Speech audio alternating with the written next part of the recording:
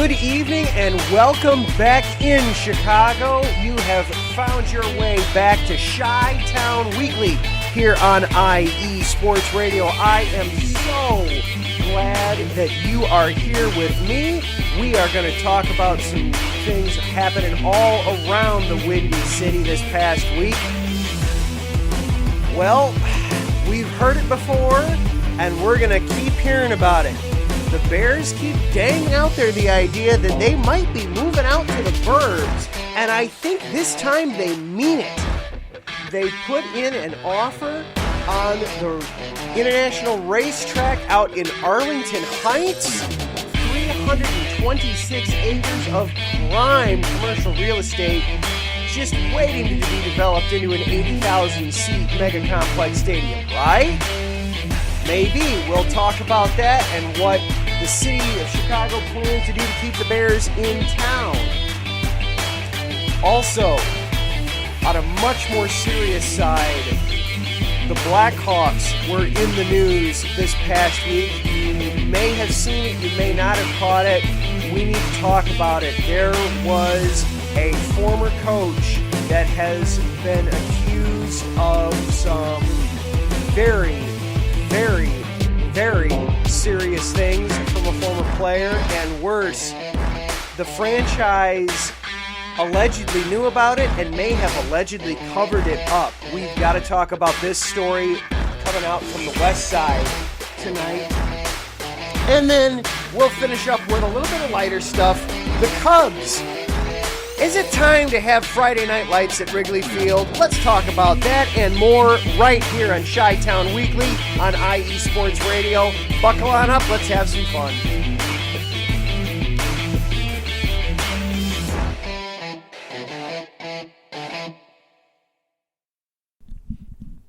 Once again, thank you so much for tuning in tonight here to Chi-Town Weekly. I am your host, Adam Karnick. I am so glad that you are here and excited to be talking sports with you guys. We have got a lot to go through tonight. So without any further ado, let's give a quick shout out to our sponsor this week, the Southern California Warriors semi-pro football team. The world of semi-pro sports is unlike any other sports organization. Players pay to play in hopes of so many different outcomes, whether it's playing to get filmed to try out for professional teams, big-time colleges, or just playing to stay in shape. No matter what, all semi-pro players have one thing in common, and that's playing for the love of the game. The SoCal Warriors have been on a quest to earn titles and give players second chances since 2017. Whether you're in Southern California or anywhere in the world, give semi-pro sports a chance if you love your sport. You may get that second chance you've been waiting for as an athlete. Follow them on Twitter at SoCal Warriors. Find them on Instagram at SouthCalifornia_Warriors, or looking on Facebook, Southern California Warriors. And then ways to follow along with IE Sports Radio. Of course, we are on the major social platforms at Twitter at IE Sports Radio, Instagram at IE Sports Radio, Facebook, IE Sports Radio, and be sure to check out our website, www.iesportsradio.com. I know Larry has been very hard at work the last couple of weeks, giving the website a little bit of a facelift. His big project right now is he is putting some bios about all of the hosts and the shows up on the site. So be sure to check that out and get to learn more about these shows and these awesome hosts that we have throughout the network. And then ways to follow along with me on social media. If you are so inclined, you can follow the show on Twitter at IESRC, or you can follow my personal Twitter handle at Adam_Karnick. And if you are listening live here Monday night on the Spreaker app, please log on in.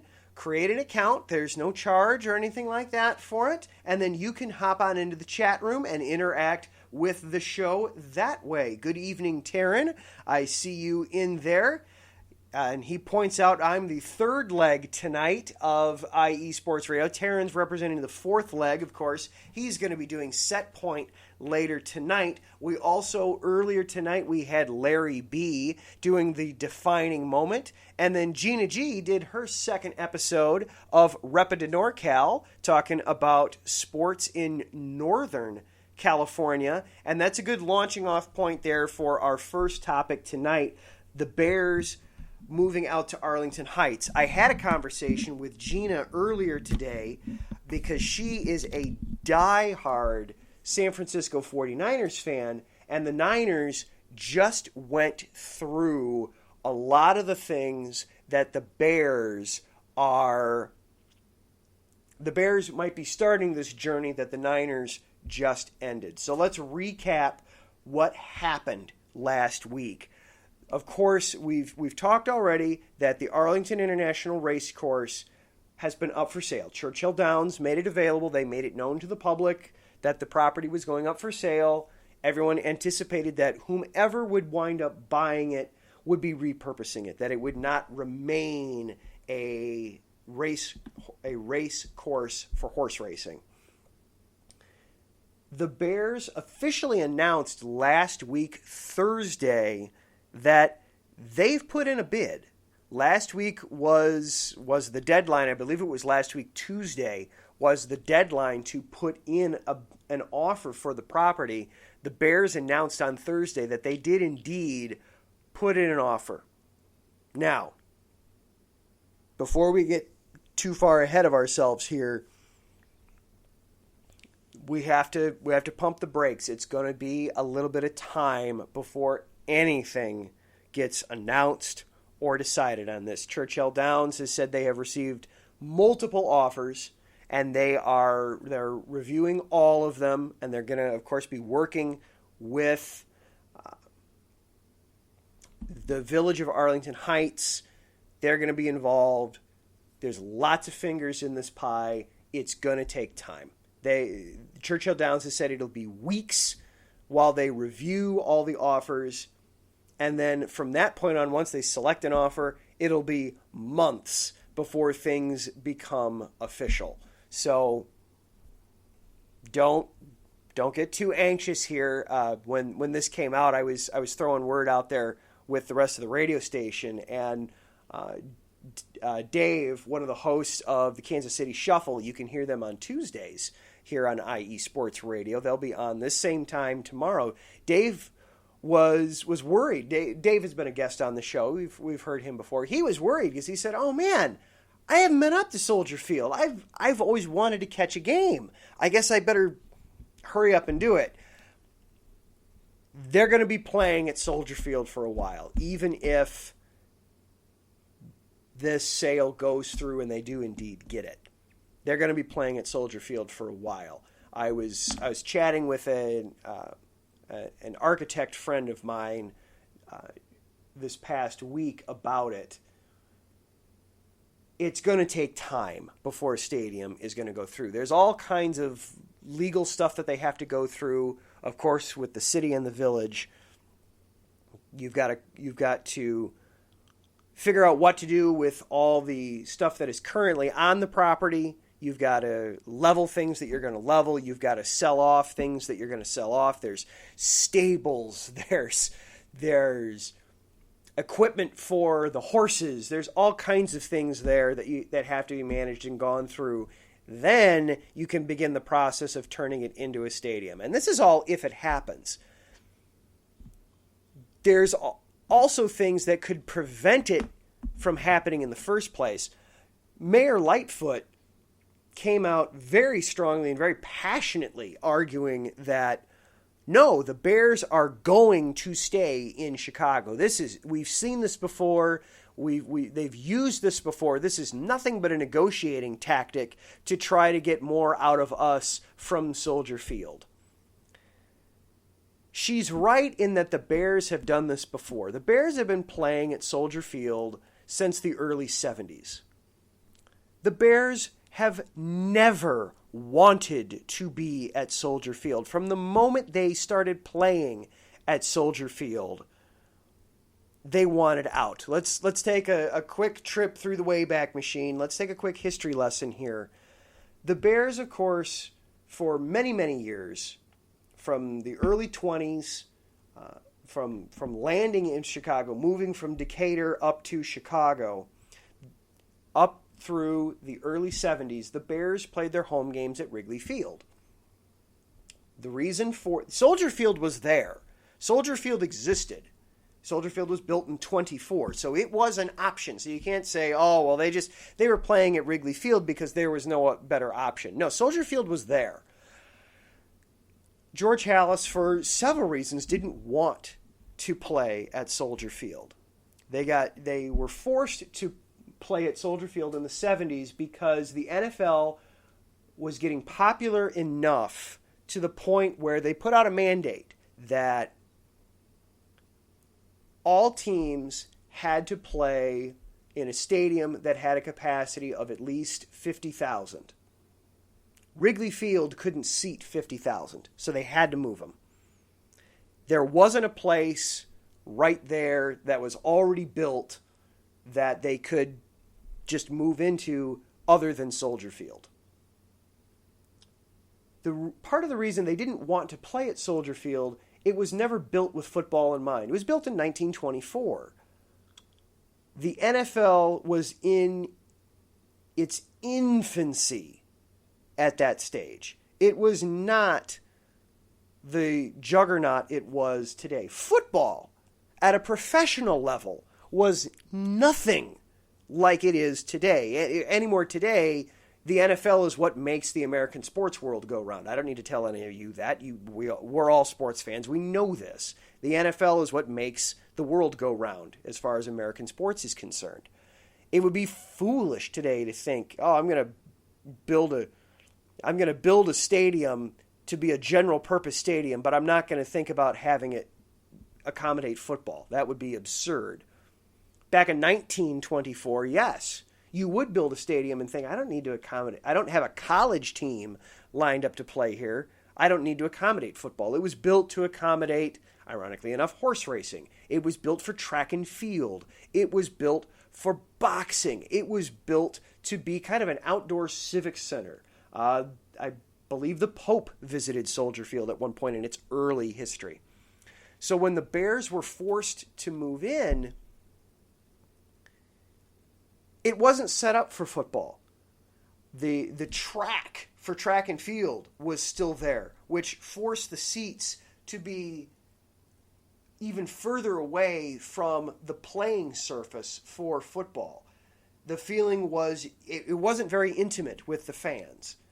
It was huge, but a lot of the seats were in the end zones because that's where, again, the turns on the track are. And in racing, horse racing, car racing, running racing, the turns are where the most action is. That's the exciting part. So that's where you want the seats to be. When it's converted for football, that puts 60% of the seats in the end zone, which are, for those that haven't been to a football game, the end zone seats are probably the worst seats you could have, especially at the lower level, because you can't see anything. You have no depth perception. And believe me, I know all about depth perception. I have an eye that, without getting too far off on a tangent here, I don't have depth perception. So believe me, it's no fun to watch a football game with no depth perception. You can't tell if they're at the 50, the 40, the 30, the 20. They all look the same, especially going away from you. So it wasn't good sight lines. So the Bears have been trying to get out of Soldier Field ever since they got into Soldier Field.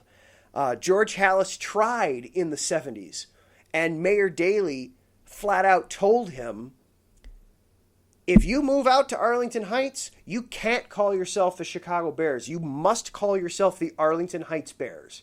All right, called that bluff. All right, we'll stay put that, and he didn't have the money. All right, we'll tuck tail and we'll stay back here. One of the few times that Papa Bear kind of had to tuck his tail between his legs and come back, and okay, we won't go anywhere.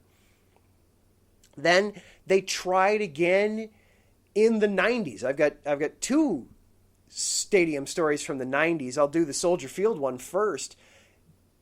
They were talking about moving anywhere from out in the burbs to even moving to Gary, Indiana. And Mayor Daley II kind of laughed and said, yeah, okay, sure. Go ahead and move to Gary. Sure. I'm sure the NFL will love to have you over there in Gary, where the chief export is smog and smoke. Again, suffice it to say, the city called the Bears bluff and they didn't move. Finally, 18 years ago, it was, okay, yes, we do need to fix up the stadium. All right, we'll throw some money at this and we'll turn it into an NFL stadium.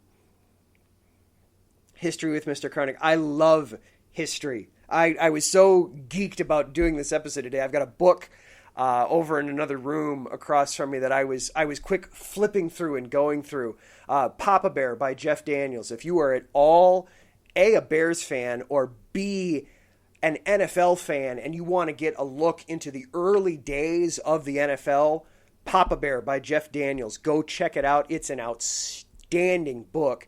Obviously, it's geared primarily towards the Bears and their history because it's about George Halas, but you will learn so much about just the birth of the NFL. It's an outstanding read. I highly, highly, highly encourage it.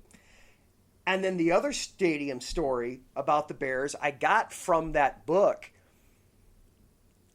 After Halas passed away, the McCaskey family took over. The United Center, where the Bulls and the Blackhawks play, and the second three-peat of the Jordan era occurred, that stadium was built when and where it was built thanks to the Bears. In the early 90s, the Bears were again trying to get out of Soldier Field, and McCaskey went into the mayor's office and was thinking out loud. And he said, there's a piece of property right across the street from Chicago Stadium. Here's what I'd like you to do for me, Mr. Mayor. I'd like you to declare that land condemned. I'll then buy it at, of course, a reduced cost because it's been condemned. I will, quote unquote, fix it up so that it's no longer condemned, and I'm going to put a new stadium there for the Bears to play in. I think this is a great idea. Think about it and get back to me. He walked out of the office. The mayor sits there just stunned as, what? Does this guy realize who owns that land? Picks up the phone. Get me on the phone with Rocky Wirtz, the owner of the Blackhawks, and dear personal friend and political contributor of mine. You wouldn't believe, Mr. Wirtz, you wouldn't believe what Mr. McCaskey was just talking to me about in here. Rocky Wirtz immediately got on the phone with Bulls personnel, with Reinsdorf, and said, you wouldn't believe what that idiot McCaskey's trying to do. I don't care what it costs or who we have to pay to do it. We're putting a stadium in the property across the street. We've been meaning to build a new place anyway. Chicago Stadium's ready to be retired.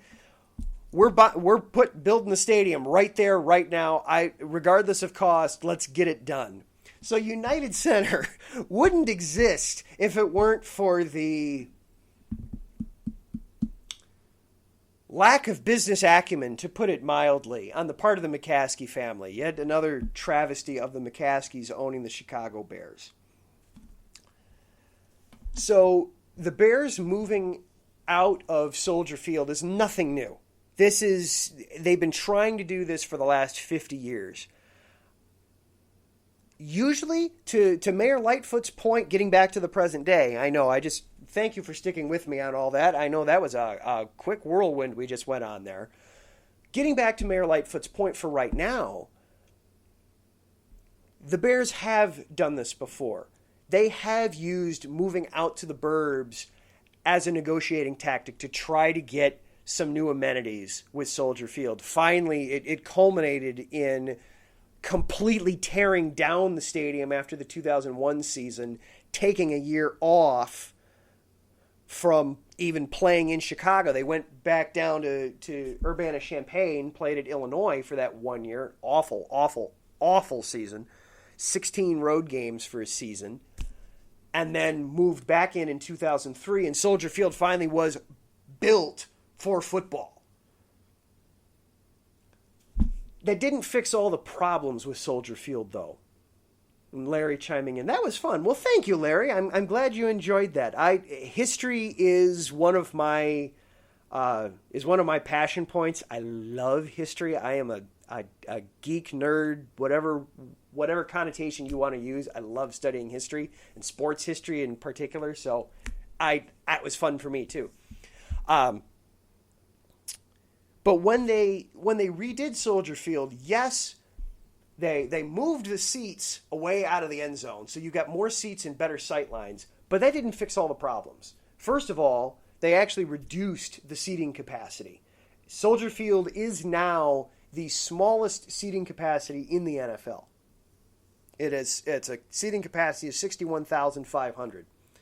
The smallest stadium. The prior smallest had been the Raiders before they moved out of Oakland and went out to the desert in Vegas. So the Bears now, the second biggest market in the country, has the tiniest NFL stadium. So that's a problem. It's also a problem. I was conversing back and forth with Bears fans about it this week. By and large, Bears fans seem to be in favor of this move, by the way, out to the Burbs. They don't seem to be too disappointed by it. For me personally, it's fine with me. I would be cool with it. Yeah, Taryn, Soldier Field was remodeled. It was actually only remodeled 18 years ago, so it wasn't that long ago that it was remodeled. That's another knock against the McCaskey family is this just got done, and it got done so poorly that now they're looking to scrap it not even 2 decades later.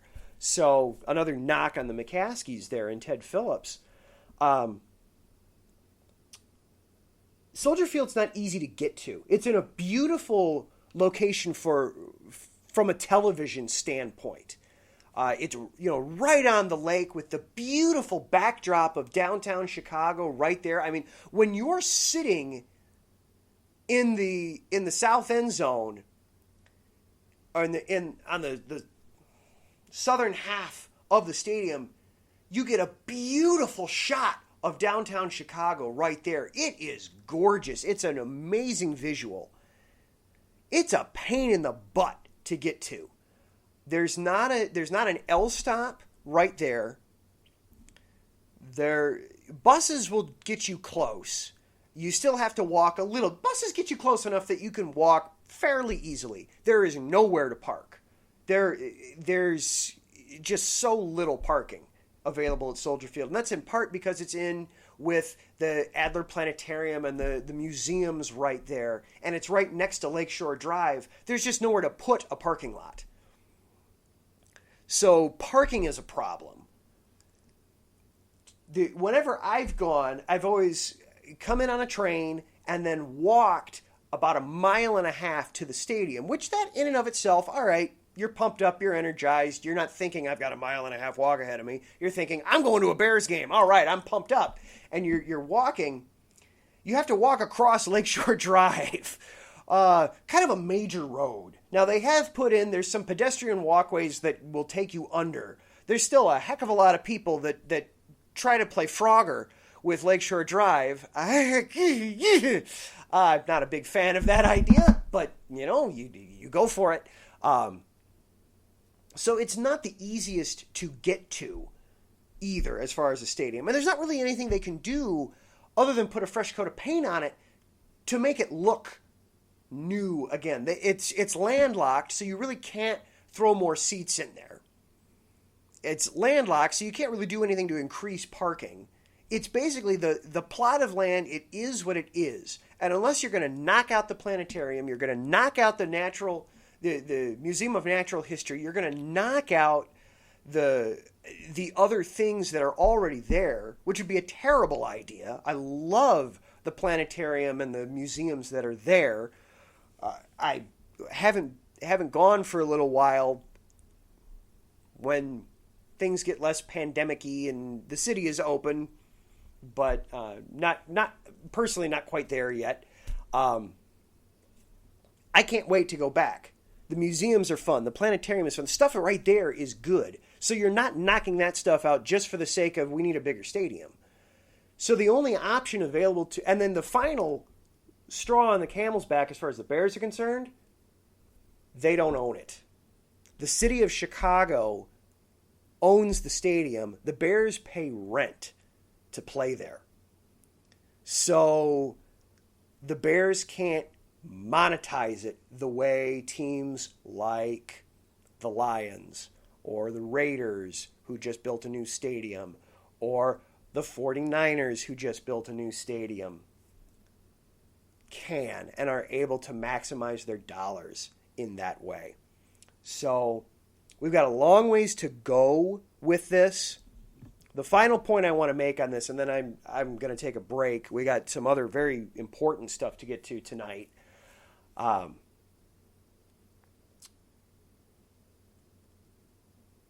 I think this is the first step in the McCaskey family, not only being serious about wanting to move the Bears, but also being serious about selling the team. Unlike a lot of other owners,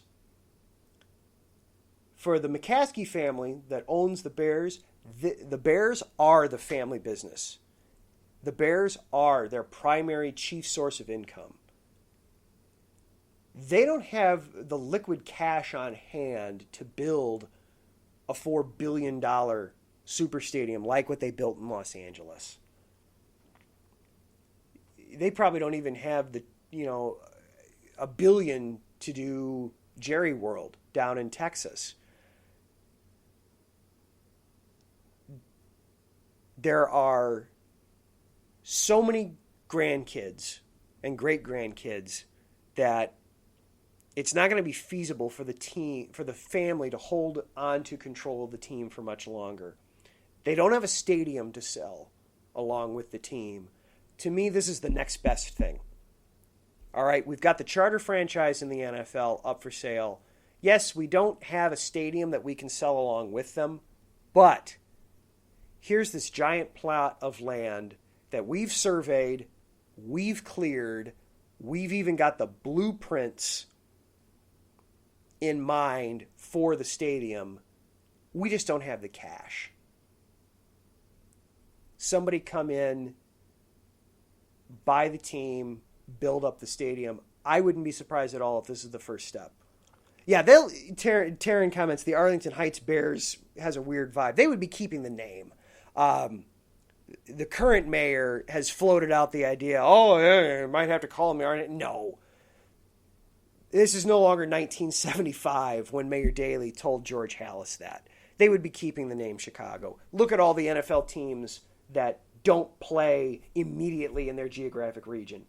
You've got two teams, the Giants and the Jets, both play in a different state, and they're called New York. The Niners play in Santa Clara. They're still San Francisco.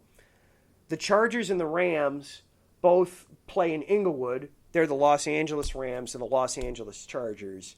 They'll still be the Chicago Bears. That is a bluff on the part of the city of Chicago that they'll get called on.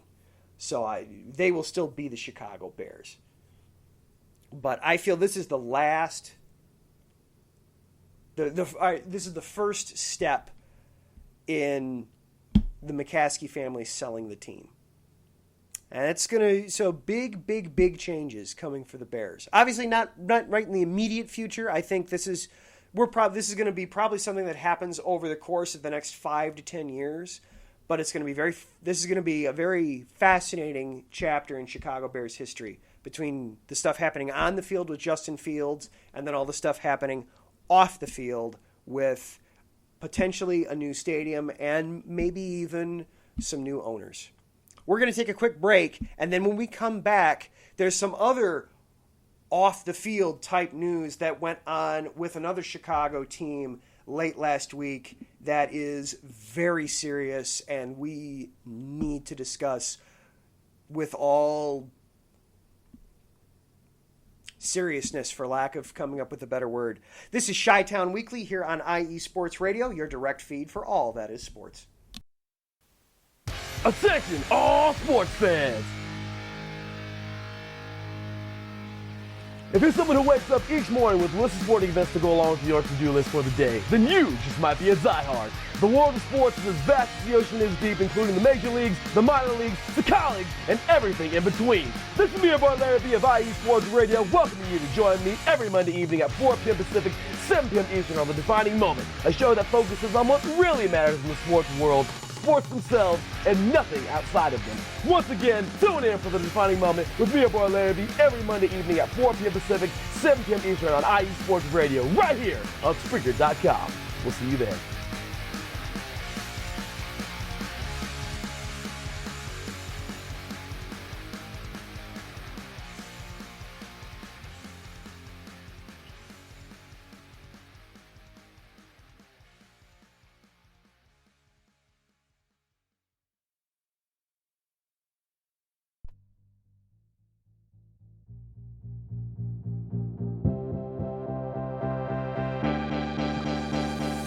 Hey guys, it's Blake Henley, better known as H-Town Blake to some of you. Happy to announce that Bases Loaded is back in full force. We'll be bringing that high heat every Tuesday night here on IE Sports Radio. So come home, get ready, dig into that batter's box, and see if you can chase that high heat, baby. So we'll be coming to you live with all the stats, all the rundowns, all the division rivalries, and every team that's going to make the playoff push to get to that one and only October and get to the pinnacle of what baseball is, to hoist that Commissioner's Trophy when it's all said and done.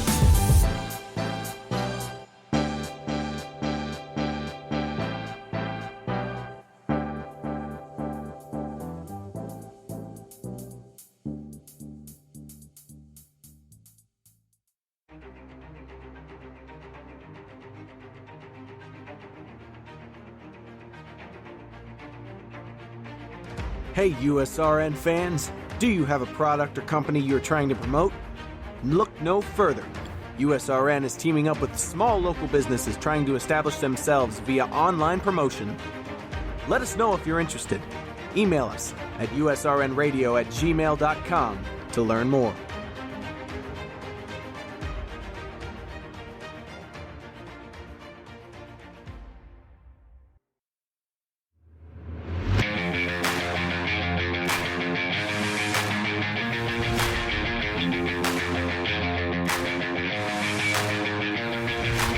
What's happening, sports fans?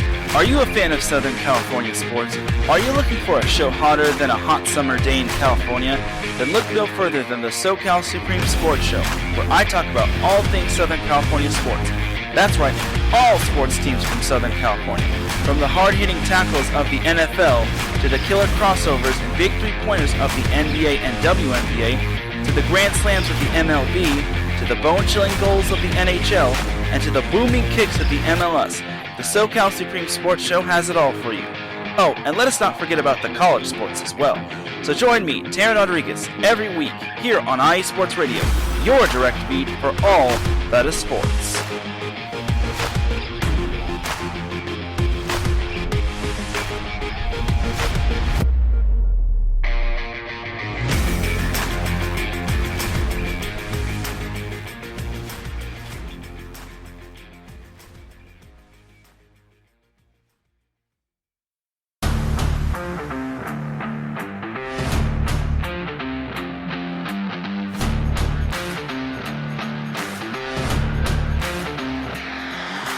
What's good, fight fans? It's your boy, Marcus Los Great, here to give you what you want, here to give you what you need.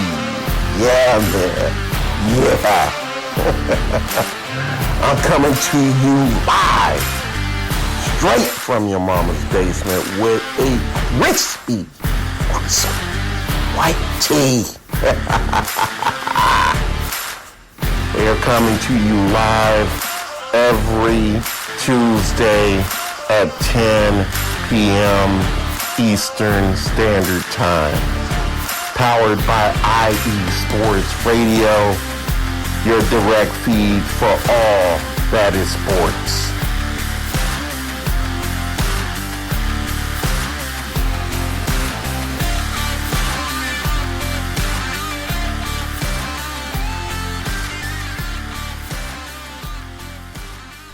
And welcome back into Chi-Town Weekly here on IE Sports Radio.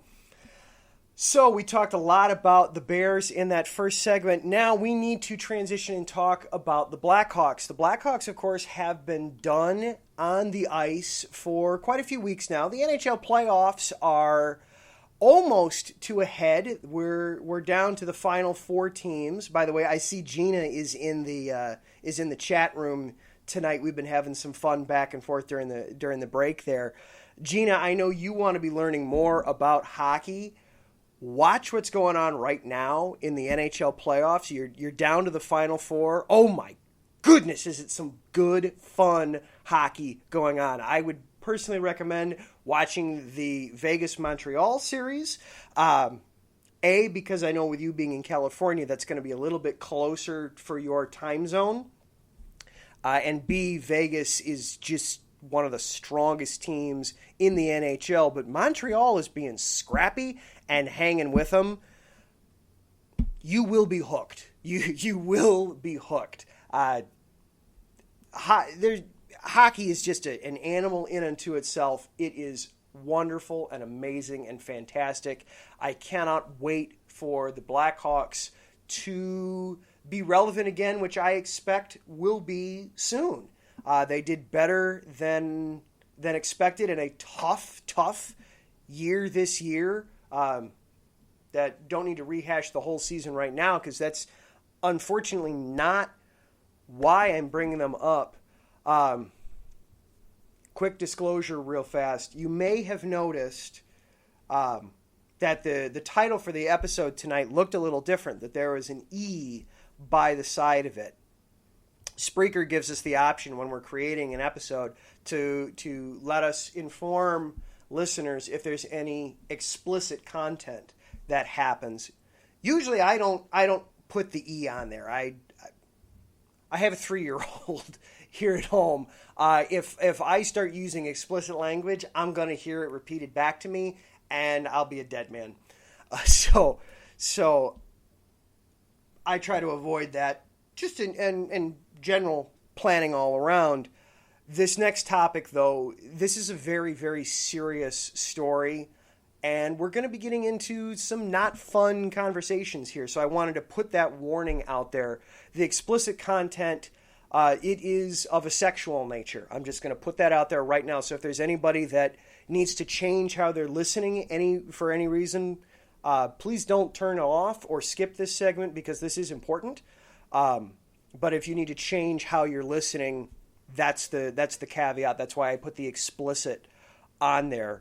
There was a story reported by TSN last week, and it's since been picked up. The Sun-Times, Ben Pope, friend of the program, we've had him on a couple of times. I saw he did an article in the Sun-Times about it as well.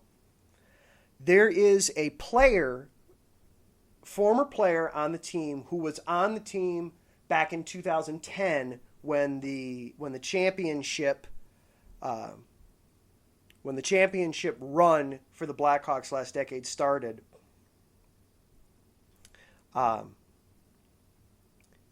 has come forward. He's being protected. TSN says they know who he is, but TSN is protecting his identity, and the state is protecting his identity as well. He has come forward and accused a former coach on the Blackhawks of sexual assault. The former coach is former video coach Brad Aldrich.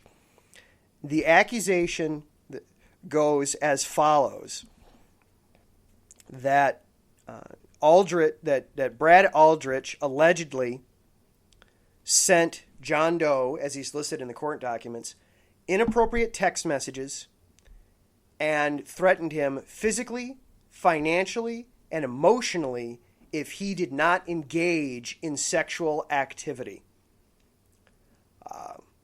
Further on in the report, it goes that at one point during the 2010 postseason run, Coach Aldrich had this player over.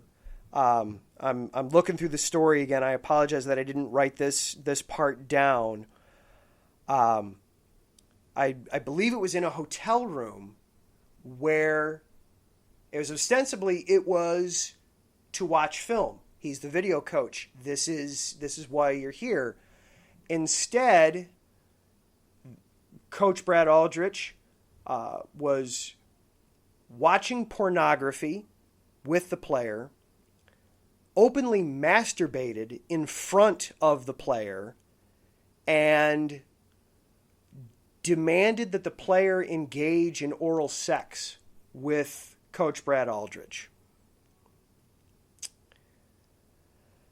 The player went forward to the team and informed people on the team, including current general manager Stan Bowman, also President John McDonough, who was with the team only up until very recently, that this was going on. And the team did nothing. They did nothing to stop it from happening. Yeah, and I see Larry and Taryn chiming in with some comments. Unfortunately, it gets worse, unfortunately. Brad Aldrich did not work for the Blackhawks much past the 2010 season. He bounced around a little bit and wound up as a high school coach with a hockey team in Michigan, where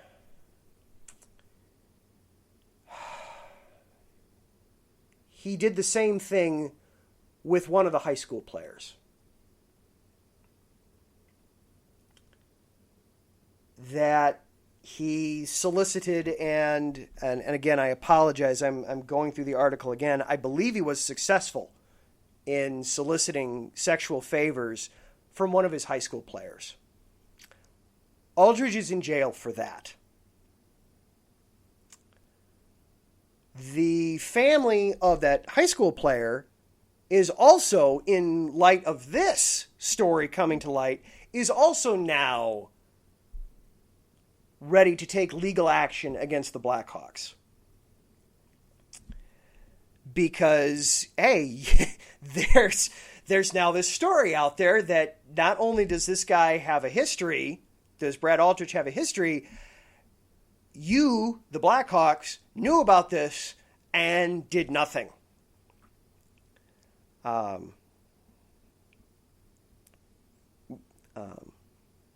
And Brad Aldrich also worked as a video coach for the U.S. Olympic team during the Winter Games in Vancouver. So this guy was well thought of in hockey circles. He did leave following the 2010 Blackhawks championship. Officially, it was to pursue other employment opportunities. Yes, in October of 2013, Aldrich was charged and convicted of criminal sexual conduct related to an incident with a 17-year-old player.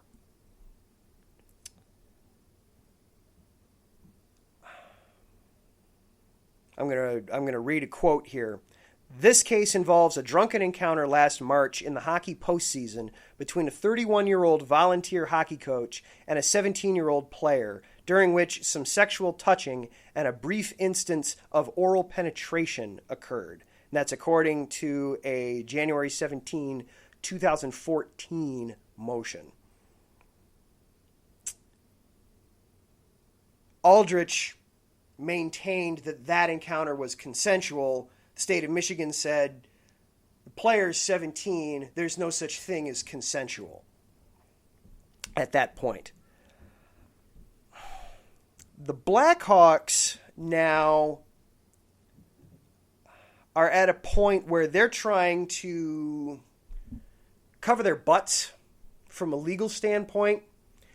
One of the ways they're trying to do so, and this isn't the only way they're trying to do so, but one of the ways they're trying to do so is they're pointing out that the original incident back in 2010, that the statute of limitations has been exceeded at this point, and so they can't take legal action against the team at this point. That's a PR nightmare. You're not admitting guilt by saying that, but you're also not denying anything by doing that. I am not in any way in the public relations field, but I would think that would be a tact that any good lawyer would tell you need to not be taking.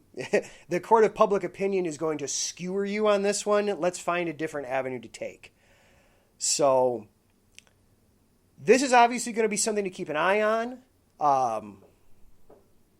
Not a fun story involving a team that for the last decade has been a ton of fun to follow, has been very exciting to see come up from the ashes of NHL obscurity to creating a modern-day dynasty that now they're trying to restart and get going again. And now we have this story come out.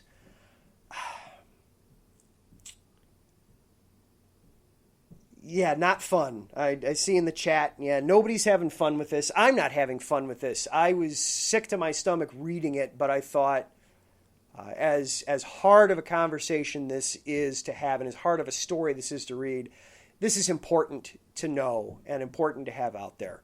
I certainly hope that the high school player in Michigan, that he gets taken care of financially, emotionally, whatever help he needs, he gets.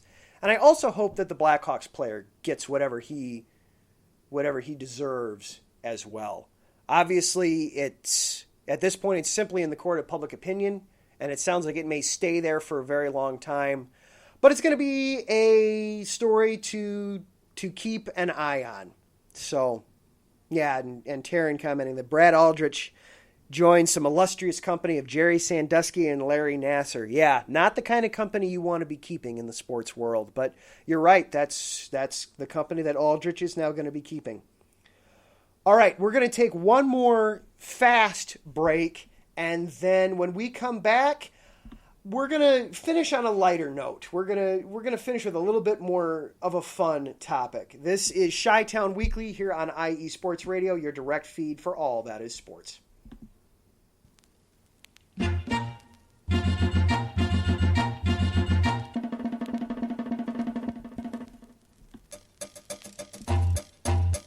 Hello and welcome to the Soccer Scoreboard Show with your host Gabriel Montoya. This is the show for soccer, football fans, or whatever you call the beautiful game.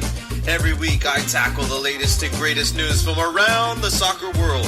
From the English Premier League to the World Cup to MLS, Liga MX, and more. You can listen to the Soccer Scoreboard Show and our lineup of fantastic guests every Friday at noon here on IE Sports Radio, your direct feed for all that is sports.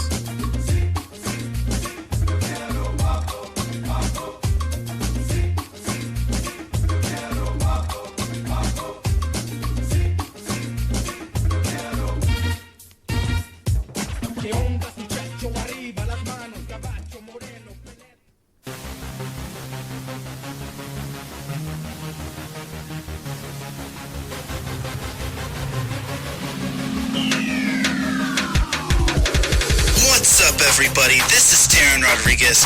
Are you a fan of volleyball? Are you a fan of Thunder Spikes? Then I have the show for you. Set Point, where I cover NCAA men's and women's volleyball, high school boys and girls volleyball, beach volleyball, and even professional volleyball. Catch the action every week here on IE Sports Radio, your direct feed for all that is sports.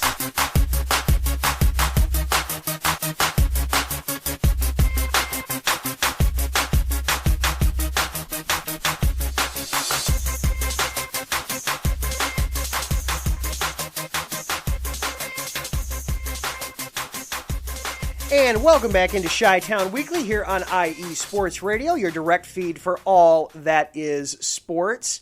Want to give one more quick shout out to our sponsor before we close the show tonight, the Southern California Warriors semi-pro football team. The world of semi-pro sports is unlike any other sports organization. Players pay to play in hopes of so many different outcomes, whether it's playing to get filmed, to try out for professional teams, big-time colleges, or just playing to stay in shape. No matter what, all semi-pro players have one thing in common, and that's playing for the love of the game. The SoCal Warriors have been on a quest to earn titles and give players second chances since 2017. Whether you're in Southern California or anywhere in the world, give semi-pro sports a chance if you love your sport. You may get that second chance you have been waiting for as an athlete. Find them on Twitter at SoCal Warriors, Instagram at Southern California _Warriors, or Facebook, Southern California Warriors. And thanks to the Warriors for continuing to support us here at IE Sports Radio. It is very much appreciated. All right, I did not want to end the show tonight on that downer of a Blackhawks story. So when I was arranging the show, it was, okay, my Cubs story here is just ever so slightly more relevant than the Blackhawks maybe to a lot of people, but it's more fun. I want to finish with some fun. The Cubs over the weekend hosted the Marlins. Overall, it did not go well. Overall, the whole week for the Cubs did not go well. I got to check in with Pierre and Harrison about going on the show that never sleeps some Wednesday so they can roast me because I lost a bet. It was a rough week for the Cubs. But in the weekend series against the Marlins, there was something interesting that happened. Friday was a night game at Wrigley Field. Now, elsewhere in the country, playing on a Friday night is no big deal.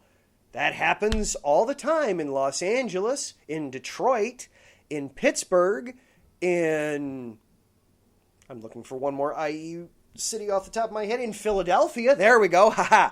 We have shows in all those cities, by the way. Be sure to check them out. Even here on the south side of Chicago, it happens all the time.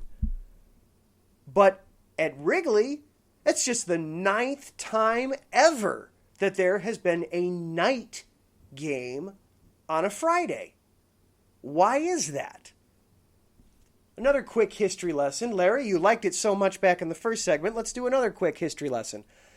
The Cubs got lights in 1988. It was a celebrated moment. It involved Bill Murray and Harry Carey drinking Budweiser live on television and all sorts of other fun shenanigans. And it was a party. It's Wrigley. It's a party. Wrigley, for those that haven't been, for those in the chat room that aren't native to Chicago or familiar with the area, Wrigley is very much a college town for post-college people.